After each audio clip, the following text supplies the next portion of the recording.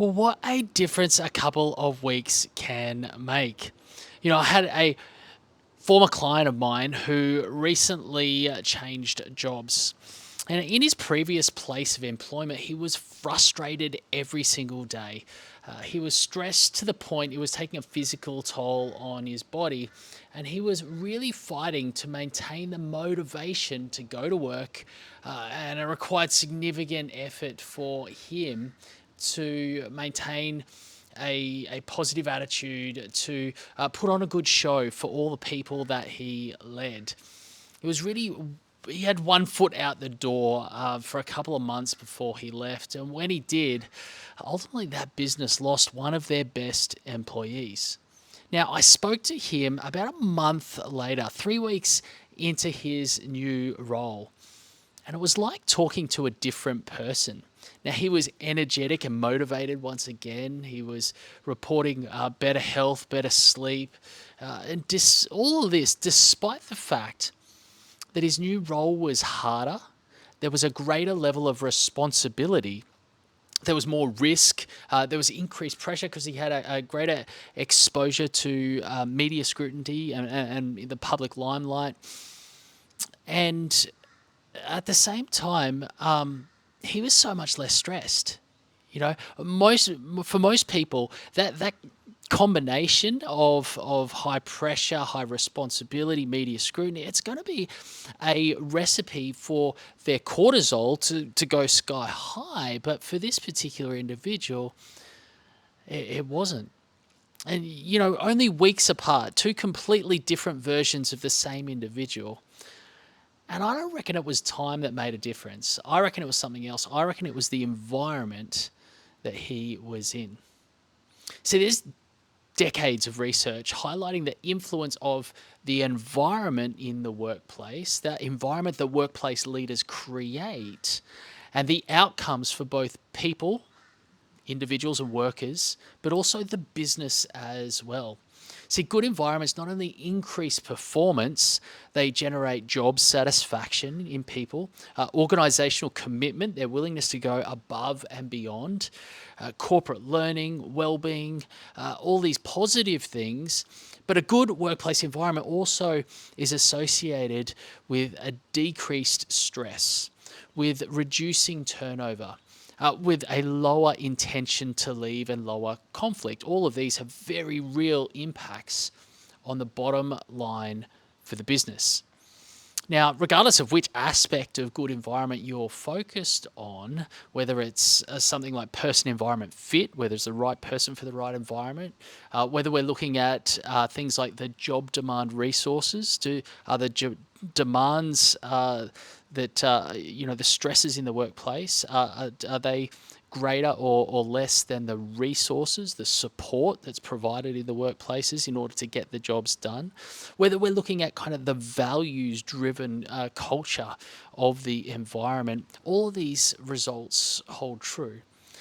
There's one example here I was looking at just this week where it was a meta-analysis. So it's a study of a whole lot of different studies, 136 separate studies to be precise. And they looked at results that covered 22,000 participants and showed a psychological safe environment. So they're looking at psychological safety, from this perspective.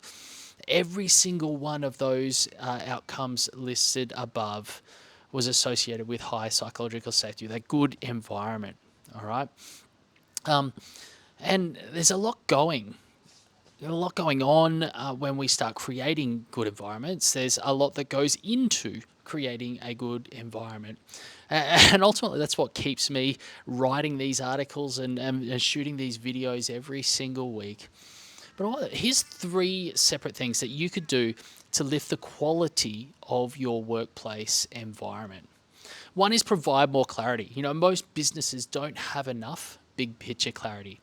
The visions might be there, but they're kind of vague and they're so high level that employees can't confidently describe in detail what success looks like. And those that do often have a very different idea, or they describe a different version of success. So there's a lack of alignment that is there. Likewise, most company strategies aren't very specific. They're not aligned enough. They're not understood by staff at the front line. And that means people don't have the clarity that they need to of not only where they're going, but how to get there. So, taking time to crystallize what that looks like for your business, for your team, for individuals in their roles, and the strategic path on how to get there, it's time that's never wasted.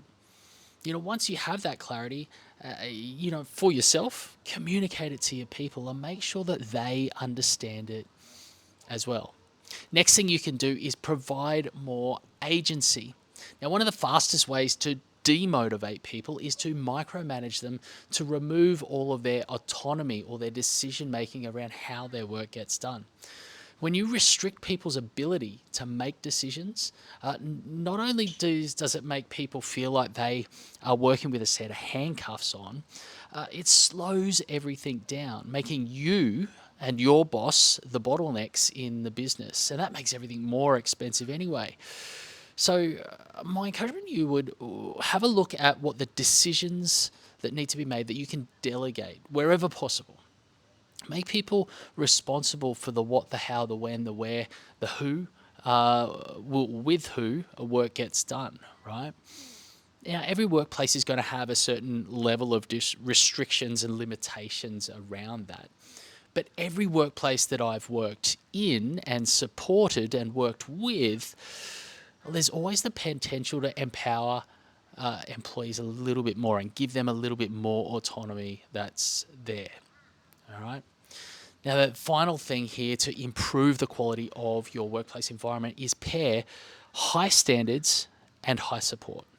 Now, high performance only occurs when there are high standards, and the expectation of staff is to kind of strive to meet those. But simply pushing high standards alone, doesn't necessarily mean that those expectations are met. It simply means that you become a tyrant. You need to provide the support that's needed in order for people to stretch. Now, that might be in the form of teaching and coaching and mentoring. It might be resourcing people to do what they need to do. Maybe it's having your people's back and to go into bat for them when that's needed. Now, when people feel supported, particularly by their immediate line manager, they're going to be more motivated to stretch beyond wherever they've gone before, right? But without that support, they're not going to achieve their potential. Sometimes they won't even try. So listening to my old client talk about his new workplace, it was pretty evident that these three characteristics were clearly part of the environment. I just can't stop thinking about how his old company, his old organisation, if only they had fostered those three elements, a little bit more clarity, a little bit more autonomy and agency, a little bit more support with the high standards they were pushing, maybe they would have kept their star performer.